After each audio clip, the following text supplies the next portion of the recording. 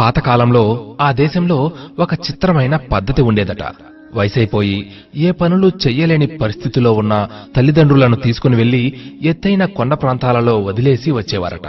అయితే తమ పని కూడా చేసుకోలేని ఆ ముసలివారు ఆకలితో అలమటించి క్షీణించి చనిపోయేవారట. ఓ యువకుడు కూడా తన తల్లి వయస్సు పైబడి చేతకాని స్థితిలో ఉందని ఆమెను తన భుజాలపై మోసుకొని కొండల్లో వదిలేసి రావడానికి బయలుదేరాడు. మార్గమధ్యంలో భుజంపై ఉన్న తన తల్లి ఏదో చేస్తున్నట్లు గమనించాడు. అది గమనించినా కూడా ఆ కొడుకు ఆమెను ఏమీ ప్రశ్నించకుండానే అలాగే కొండ ప్రాంతానికి ఆమెను మోసుకొని వెళుతూనే ఉన్నాడు. ఇక ఆ కొండ ప్రాంతానికి చేరుకున్నాక తల్లిని కిందికి దింపి వెనుతిరిగి వెళుతూ, అమ్మా, నిన్ను నా భుజంపై మోస్తున్నప్పుడు ఆ చెట్లు కొమ్మలను తుంచి ఎందుకు కింద పడేస్తూ వచ్చావు? దానికి ఆ తల్లి, నాయనా, నేను ముసల్దాన్ని అయిపోయానని నన్ను వదిలేస్తున్నావు. పర్వాలేదు, మళ్లీ నేను తిరిగి రాకూడదని చాలా దూరంగా నన్ను తీసుకుని వచ్చేశావు. ఒకవేళ నువ్వు దారి తప్పిపోయి ఇబ్బంది పడతావేమోనని భయంతో ఆ కొమ్మలను తెంపి దారి పొడవునా వేస్తూ వచ్చాను.